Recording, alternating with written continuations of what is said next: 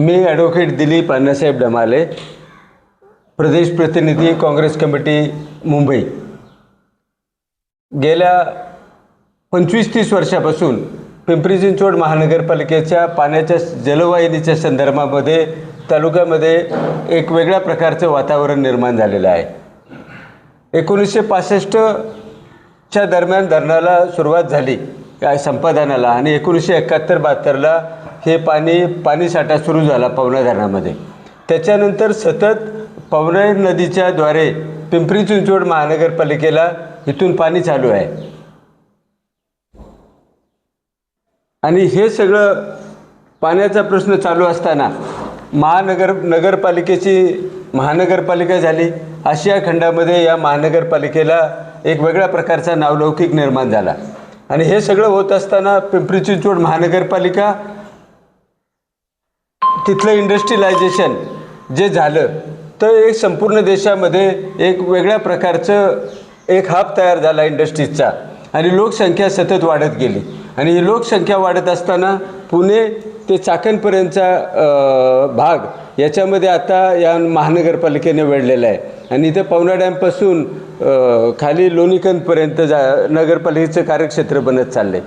हे सगळं होत असताना जो DP प्लॅन तयार झाला त्या DP प्लॅनमध्ये 3-4 मजल्याला पूर्वी परवानगी होती, आता जवळजवळ 35 ते 40 मजल्यापर्यंत पिंपरी चिंचवड महानगरपालिकेने इथं परमिशन दिलेले आहेत बिल्डिंगला। हे सगळं होत असताना संपूर्ण भारतातून या पिंपरी चिंचवड महानगरपालिकेमध्ये लोक आलेली आहेत आणि याची गर्दी रस्त्यावर झालेली आहे, समाजामध्ये झाले, सगळीकडं कार्यक्षेत्र वाढत गेले। मग आमच्या पवना डॅममध्ये साधारणतः पूर्वीच्या पवना डॅमचं जे हे होतं जवळजवळ 7 ते 7.5 TMCचा साठा होता, त्याची आकडेवारी इरिगेशन डिपार्टमेंट तहसीलदार प्रत्येक ठिकाणी वेगळी आहे। मग हे सगळं आकडेवारी बदलत असताना की त्याच्यात जवळ 71 सालापासून आत्तापर्यंत गेली 50-55 वर्षामध्ये पाण्याचा गाळ साठलेला आहे। पर्यायाने 8-8.5 TMCचा डॅम 5-5.5 TMCवर त्याचा आता साठा आलेला आहे आणि ही सतत लोकसंख्या वाढत चाललेली आहे आणि या वाढत्या लोकसंख्येला कुठल्याही मार्गाने आता पर्याय राहिलेला नाही आहे। मग हे वाढतं इंडस्ट्रियलायझेशन जे आहे त्याच्यावर आमच्या पिंपरी चिंचवडवर आता बोजा आलेला आहे, कारण एकच धरण त्या पिंपरी चिंचवडला पाणी पुरवते आणि या ठिकाणी आता गेल्या वर्षी DP प्लॅन मंजूर झाला। त्या DP प्लॅनमध्ये पाण्याचा स्तोत्र निर्माण व्हावा असं कुठलंही तिथं लोकेशन ठेवलेलं नाही आहे, धरणाची उंची वाढवलेली नाही आहे। मग हे सगळं करत असताना हा डॅम उद्या काही कारणामुळं अडचणीत आला, पाणी चांबलं नाही, पाऊस नाही पडला किंवा काही कारणामुळे मातीचा आहे तर तो तुटला तर पिंपरी चिंचवड याच्यावर काय करणार? 2010-11च्या दरम्यान हा जो प्रश्न उभा राहिला त्याच्यानंतर जवळजवळ 15 वर्षात पिंपरी चिंचवड महानगरपालिकेने कुठलीही हालचाल केलेली नाही की इथलं पाणी वाढलं पाहिजे, त्याच्यात न्याय मिळाला पाहिजे, नदी आमची पवना नदी स्वच्छ राहिली पाहिजे, असं काय कुठलंही काम त्यांनी गेल्या 15 वर्षात केलं नाही। फक्त सरकारकडे जातात आणि आम्हाला सांगतात की आम्हाला पाणी मिळालं पाहिजे। मी सगळ्या पत्रकार बांधवांचं या ठिकाणी स्वागत करतो, कारण उद्याच्या कामात ह्या पवना डॅमच्या जलवाहिनीच्या कामात पत्रकारांची भूमिका ही देशाच्या स्वातंत्र्य लढ्यामध्ये स्वातंत्र्य सैनिकांची होती, तेवढी तुमची महत्त्वाची भूमिका उद्याच्या आमच्या या लढ्यात राहणार आहे, कारण तुमचं सहकार्य आमच्या दृष्टीने अत्यंत महत्त्वाचं राहणार आहे। 1971च्या नंतर जे काय वाढ झाली त्याच्यात आता कुठलीही राहिली नाही। या पिंपरी चिंचवड महानगरपालिकेमध्ये आंतरराष्ट्रीय ख्यातीच्या कंपन्या झालेल्या आहेत आणि ह्या कंपन्यांच्याकडं करोडो रुपयाचा फंड आहे, पण तो फंड आमच्या पिंपरी चिंचवड आमच्या पवनेच्या प्रकल्पग्रस्तांसाठी काही वापरला जात नाही। एक 5 स्टार पद्धतीची ही महानगरपालिका जिच्यातून तुम्ही पाणी पिताय पवना डॅममधून, त्या पवनेचे जे प्रकल्पग्रस्त आहेत तिथं त्यांनी शाळा काढायला पाहिजे होती, तिथं कॉलेज काढायला पाहिजे होतं, दवाखाना काढायला पाहिजे होता आणि जी आमची पवना आहे तिचं प्रकल्प सुधार योजना करायला पाहिजे होती, शहरीकरण वाढलं आहे तिथं STP प्लांट लावायला पाहिजे होती। असं कुठलंही काम त्यांच्याकडनं केलं गेलेलं नाही। आमच्या पवनेचं पाणी विकून फ्लॅट होल्डर्सला आणि कंपन्यांना करोडो रुपयाचं उत्पन्न दरवर्षी या पिंपरी चिंचवड महानगरपालिकेला मिळते। मग त्याच्यासाठी तुम्ही काय केलं आहे का? आमच्या लोकांसाठी आमची जी प्रकल्पग्रस्त लोक आहेत 3-3.5 हजार रुपयांनी आमच्या जमिनी गेल्या। आमचे जे लोक आहेत ते पुणे आणि मुंबईमध्ये नोकरीसाठी गेले, आज वास्तव्यात 4थी पिढी मुंबईत पुण्यात राहते। मग त्यांच्यासाठी तुम्ही केलं आहे का? या पिंपरी चिंचवडने प्राधिकरणाला ज्या जमिनी शेतकऱ्याच्या स्थानिक शेतकऱ्यांच्या अक्वायर केल्या त्याच्यामध्ये डी.वाय. पाटील किंवा अन्य ज्या संस्था आहेत त्या संस्थांना नाममात्र किमतीमध्ये तुम्ही जागा दिल्यात. मग आमचे प्रकल्पग्रस्त शेतकरी आहेत त्यांच्यासाठी आत्तापर्यंत तुम्ही काहीच केलं नाही. वास्तविक त्यांच्यात 15 ते 20% वाटा ह्या आमच्या प्रकल्पग्रस्तांना त्यांच्या वारसाला ठेवलं पाहिजे. स्वर्गीय अनंतराव थोपटे साहेब पुनर्वसन मंत्री झाले. आत्तापर्यंत पुनर्वसन कायदा या पवना डॅमला लागू नव्हता. त्याच्यानंतर हा पुनर्वसन कायदा लागू झालेला आहे. त्याच्यामुळं प्रकल्पग्रस्तांचे जे सर्टिफिकेट मिळायला ज्या अडचणी होत्या त्या आत्तापर्यंत झालेल्या नाही. आता गेल्या 1-1.5-2 वर्षात ते सर्टिफिकेट मिळायला सुरुवात झालेली आहे. आणि तसं पाहिलं तर चिखलच्यासारखं जे गाव आहे त्या चिखलच्याला एक मोठी पाणी पुरवठा योजना केली की तिथलं 10-15 गावांच्या कामशेटच्या आसपासच्या परिसराला पाणी जाते. आमच्या इकडे दिवाड, ओवळे, आडले, डोणे ही जी गावं आहेत ह्या 15-20 गावांना पवनेतून पाणी जाते. त्याच्यानंतर उर्से आणि बेबडोळा जे इंडस्ट्रियलायझेशन झाले त्यालाही पाणी वापरलं जाते. त्याच्यानंतर ओघावोघाने सोमाटणे असेल, गौंजे असेल या विभागाचा पूर्व भागाच्या पवन मावळाच्या डेव्हलपमेंट मोठ्या प्रमाणावर झाले. आता उद्याच्या काळात आमचं हे जे पवना डॅम आहे तिथपासून याच्या गौंज्यापर्यंतचा भाग एक मुंबई पुण्याचं उपनगर म्हणून इथं थोड्या दिवसात जाहीर होईल. म्हणजे इतकी गर्दी वाढलेली आहे. मग हे सगळं करत असताना पिंपरी चिंचवड महानगरपालिकेच्या इतक्या जबाबदारी असताना हे मुख्यमंत्र्यांच्याकडे जात आहेत. तिथले स्थानिक जे नेते आहेत की आम्हाला इथं पाण्याचा प्रश्न गंभीर बनेल.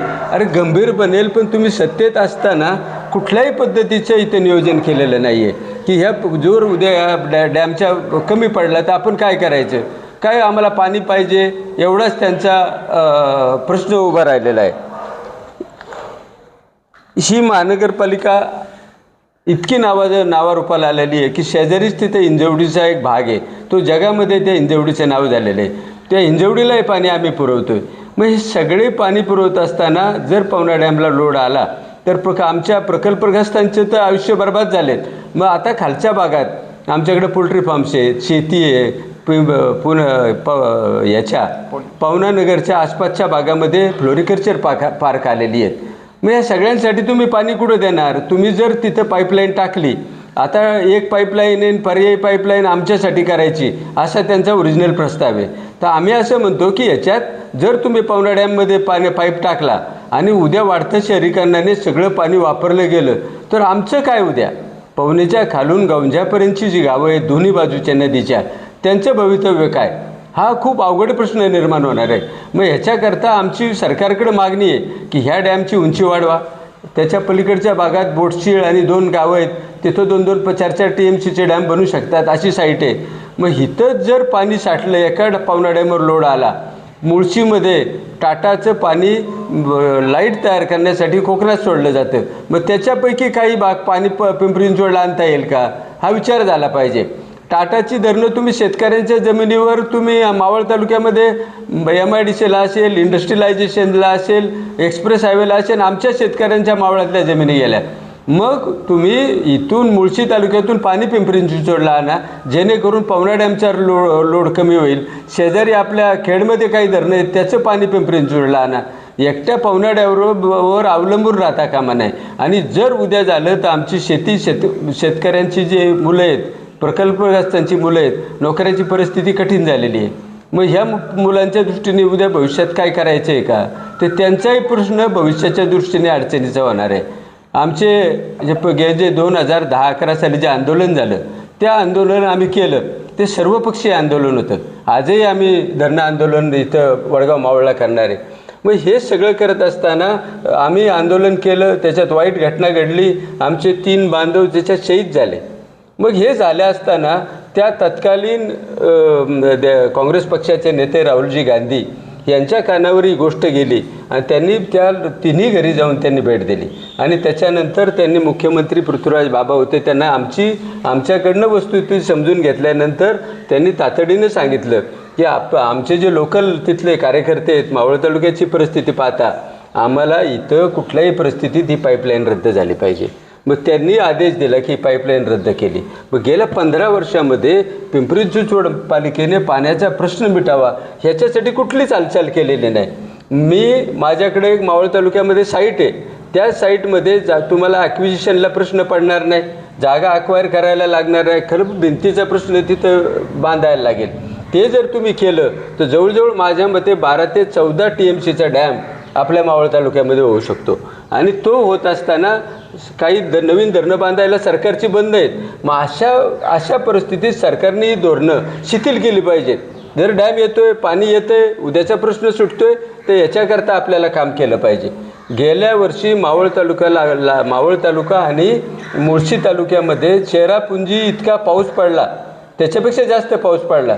मग हे पाणी जर वाया जाते, मग ते साठवण्यासाठी काम करा. आणि इथली जी याची पवना डॅम तुम्ही तिथलं पाणी घेत आहे, शेजारी असणाऱ्या मुळशी तालुक्यातलं टाटाचा डॅम आहे, त्याच्यातून पाणी घेत नाही. मावळ तालुक्यामध्ये इतर जे डॅम आहेत ह्याला ठोकळवाडीचा असेल, लोणावळ्याच्या जवळच्या असतील, वलवणचा असेल, हे पाणी जर आपण इथं आणलं, ह्या पिंपरी चिंचवडला दिलं, तर तुमचा प्रश्न सुटू शकतो.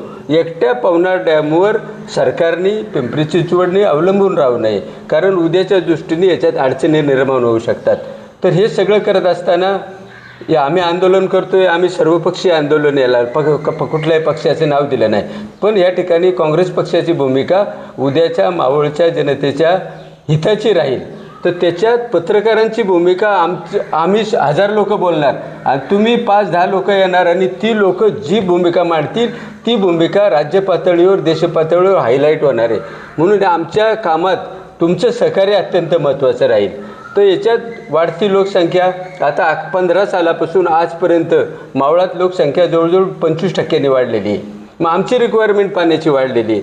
मग इथं ओरिजिनल जो प्रस्ताव आहे की इथं पाईपलाईन पर्यायी टाकायची, जर ही पाईपलाईन केली तर आमचं मावळ तालुक्याचं जे भवितव्य आहे ते अंधारमय होईल, अशा प्रकारची आता परिस्थिती आहे. तर याच्यात आणखी काय विचारायचं असेल तर सांगा.